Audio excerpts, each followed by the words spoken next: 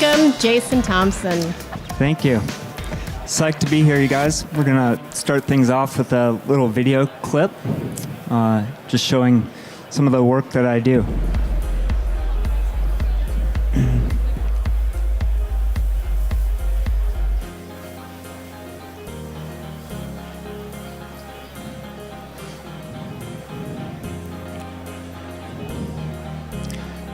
There should be some sound playing with this, but not sure why, but... Oh, actually there is a little sound. It's just really low right now.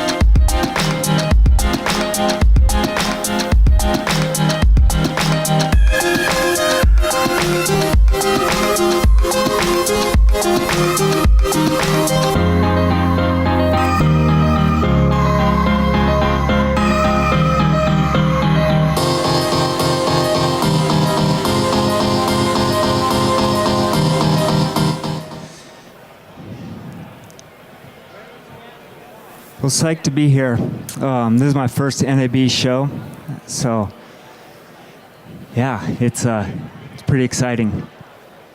Yeah, I've been tremendously blessed with opportunities to be chasing my passions, and it's been amazing to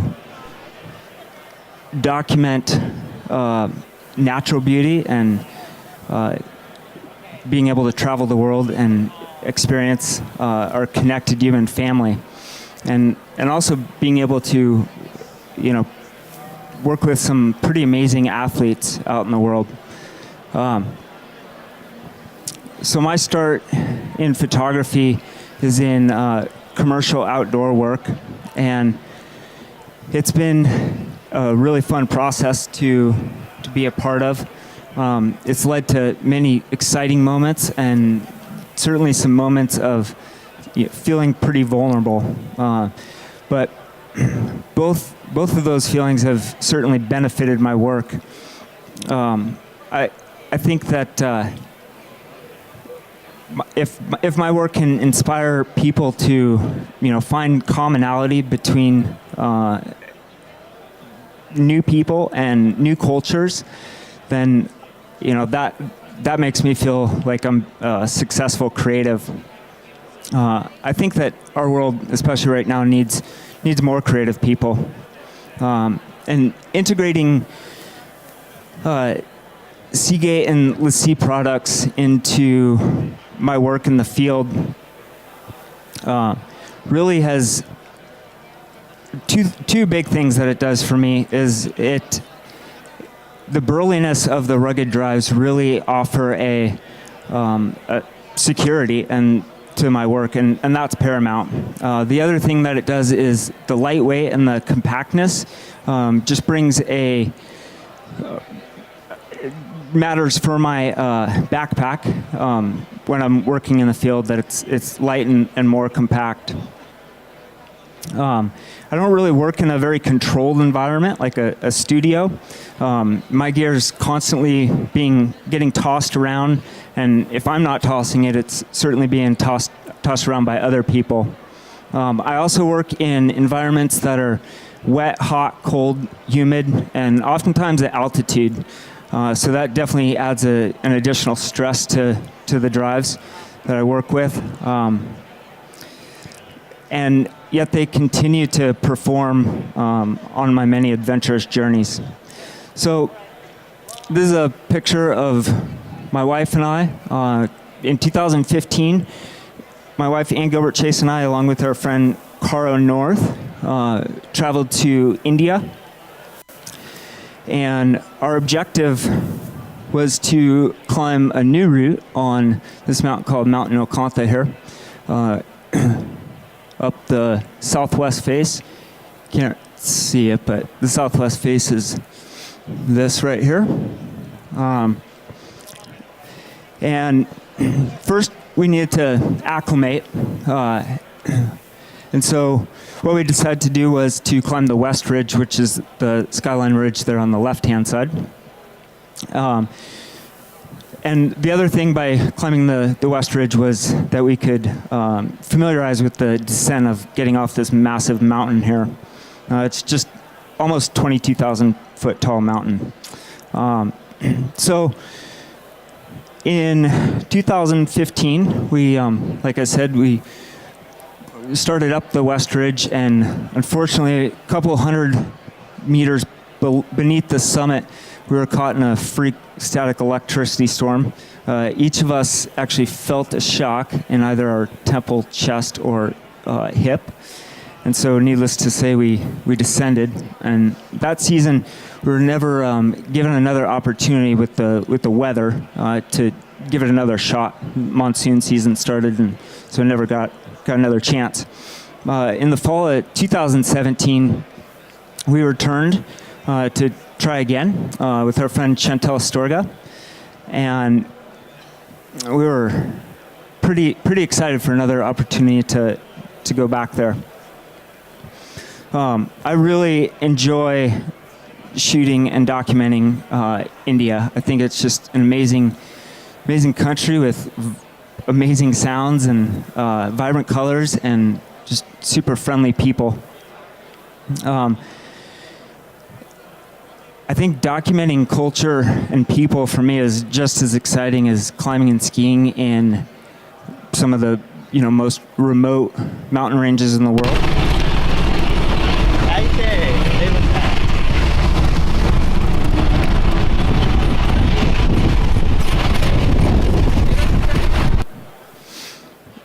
I often joke that skiing and climbing is just a great excuse to see the world.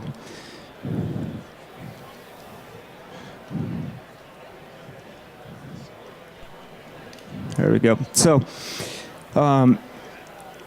it was about a 3-day drive from New Delhi along the Ganges River up towards the holy city of Badrinath, and it was just an amazing experience, being able to see people and experience that wonderful journey.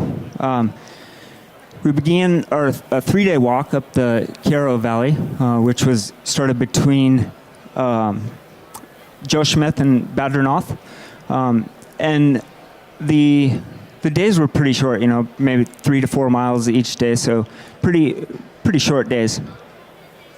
But it just really gave us a good chance to enjoy and be present in the moment up there.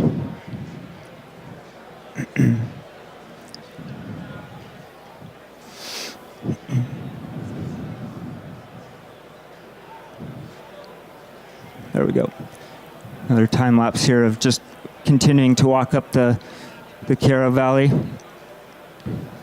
These expeditions are pretty long, and so I think it's important to just be present in them, and besides, I don't want to miss a chance to miss a creative opportunity. So 9 days after leaving Bozeman, Montana, there we go.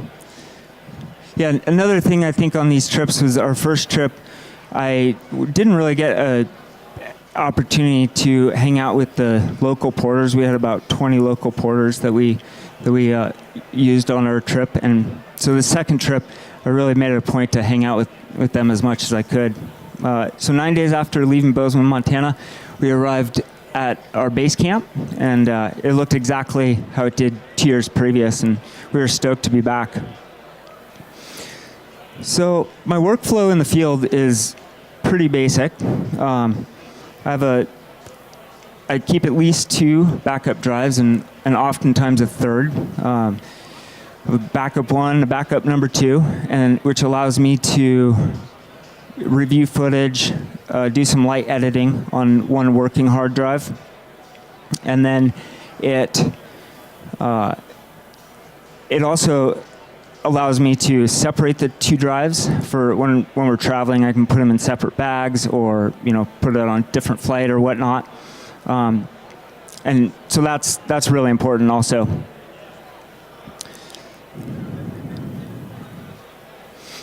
Some pictures of working in the field on a couple different expeditions over the years.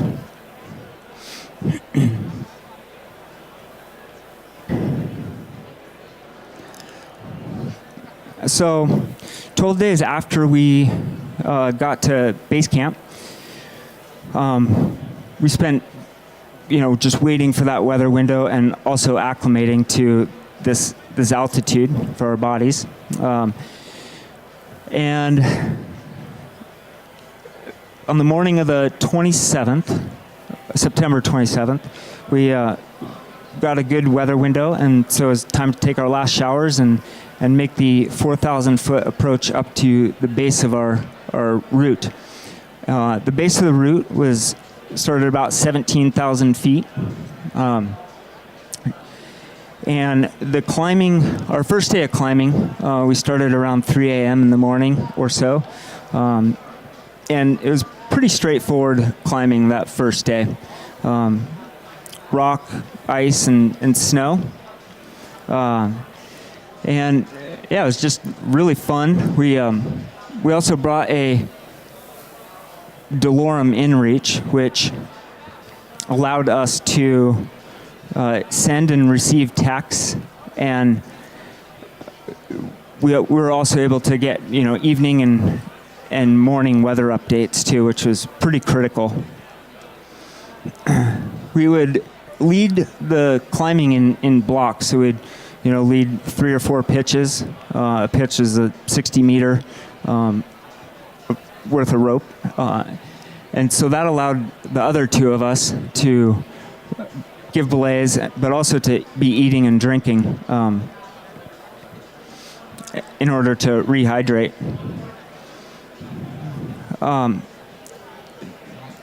No one had climbed this face before, so we didn't really know what to expect.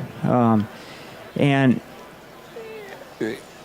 we were hoping to reach the summit on day 3, but of course, as we continued higher and higher, the climbing continued to get steeper and more technical with steeper ice and steeper rock. Our climbing days were anywhere between 12 to 16-hour days, so we'd start super early in the morning and try to end sometime in the early-ish afternoon, or most days at least before sunset, in order to have a little bit of time to dry out and recover for the following day. My backpack for the 7-day climb was a total of 36 pounds, so that included everything that I needed to survive, right? So sleeping system, food, warm clothes, and also everything I needed in order to document the climb. So 36 pounds is pretty light. I mean, I can almost eat 36 pounds worth of food in a week, so not very heavy. Here's some clips.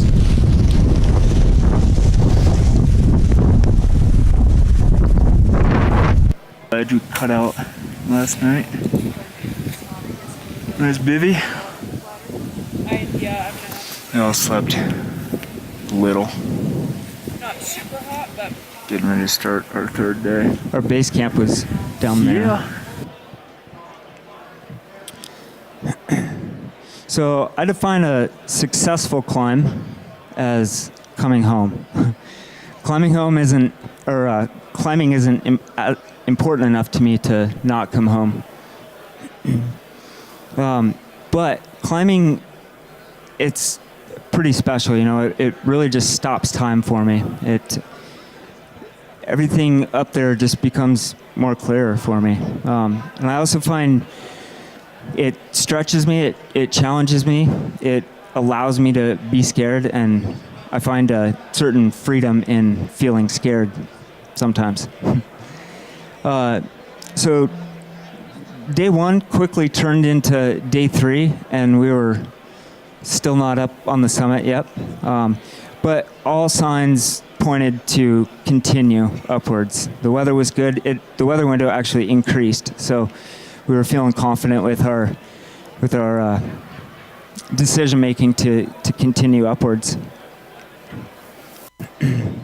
Some pretty amazing climbing though. So for my camera setup during the climb, it was pretty light. You know, I really focused on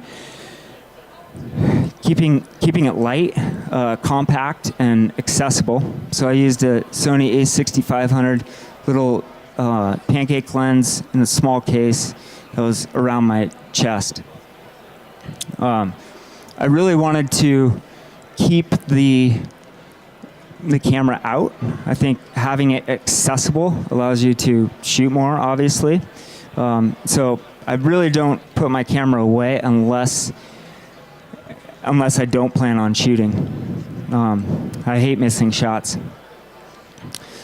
I also packed 6 Sony batteries and kept them in the chest pocket of my base layer in order to keep them warm.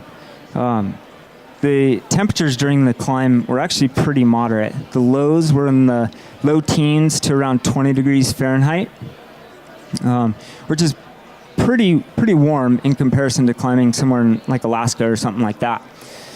And then I also had a GoPro Hero 5 with me, 3 SD cards, each 128 gigs, and a Samsung 360 video camera. And then so that was pretty much my climbing camera kit. So pretty light, pretty compact. But like I said, I mean, 36 pounds of total weight. Like, you just can't carry too much more. So at the end of our 4th day of climbing, we found this little spot right down there, and we actually bivvied down there that night. That was the flattest spot of the entire climb, and so it was pretty nice to be able to have a spot or a space that we could just kind of relax. Everywhere else was, as you saw, was pretty steep. But we were still not near this, or we were just below the summit, excuse me. That spot was about 21,500 feet. But I mean, just amazing to look out, being able to look out across the Himalayas and be able to see Tali Sagar and Nanda Devi and Meru, and just amazing magical light across the Himalayas that day. The following morning, we woke up to crystal clear skies after a little bit of rest. Not too much, but just enough to,